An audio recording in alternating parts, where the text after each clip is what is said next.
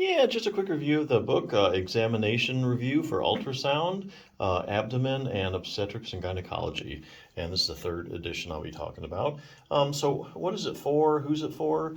Well, basically it's to prepare you for your ARDMS, or the American Registry for Diagnostic Medical Sonography, and the ARRT, which is the American Registry of Radiologic Technologists.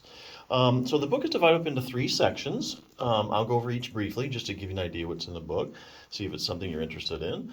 The first one is abdominal sonography review. Here they cover things like the liver, the gallbladder, pancreas, spleen, etc. Second part is the gynecologic sonography review. Here they cover things like the anatomy of the female pelvis, the uterus, vagina, ovaries, etc.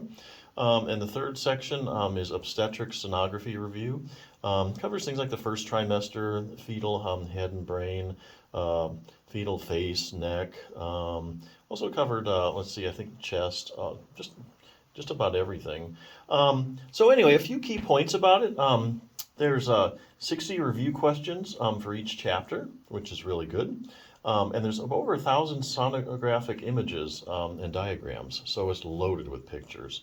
So yeah, I mean, if you're interested, if you need some help passing your boards, I think this would definitely be a good choice, as a review book. Something else I want to bring up, if you're getting into the sonography profession, there's a high rate of work-related musculoskeletal injuries as a sonographer. Like shoulder problems, wrist problems, elbow problems, neck problems. So here's another resource I just wanted to bring up, easy exercises and quick fixes for sonographers with pain.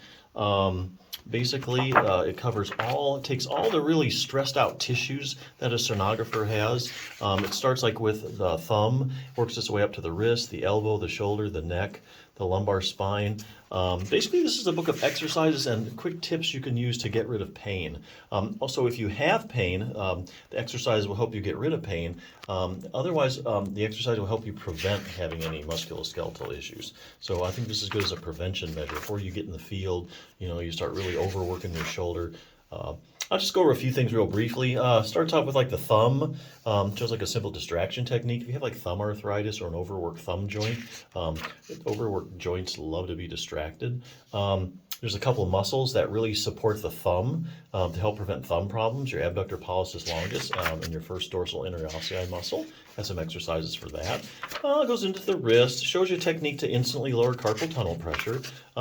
Carpal tunnel is caused by increased pressure in the carpal tunnel, puts pressure on nerves and everything, gives you sensations in your hand and up your arm.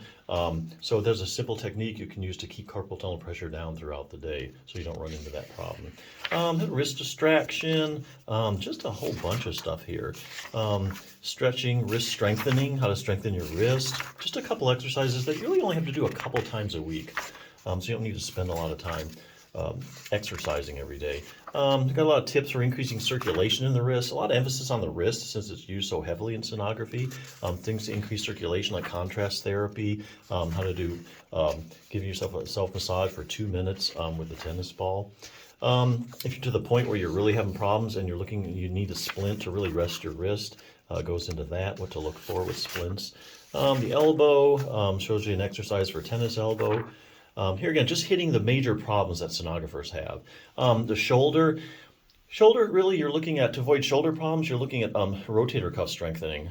Because the shoulder is such a shallow ball and socket joint, it really depends heavily on the muscles to support it and keep it in place so you don't run into things like tendonitis, bursitis. And so the rotator cuff is really the main group of 4 muscles that stabilizes your shoulder joint. Get a strong rotator cuff, you're going to have a lot less shoulder problems. Shoulder sits upon a base, your scapula, your shoulder blade, so you got to have good scapular stabilization. That's something that's often overlooked when it comes to shoulder problems. And to give you some stretches, 4 critical stretches for your shoulder. And it ends with like the neck, gives you strengthening exercises, which has been shown to help with neck pain, some stretches. And it ends with the back, gives you some stretches for the back, as well as multifidus strengthening. So a lot of people know this, but the multifidus is the big stabilizing group of muscles in your spine. Out of all the muscles that give support to your spine, that stabilize the joints, the individual vertebrae, 2/3 of that support comes from the multifidus. So this is going to strengthen your multifidus, and also lots of studies showing that it's good to treat back pain.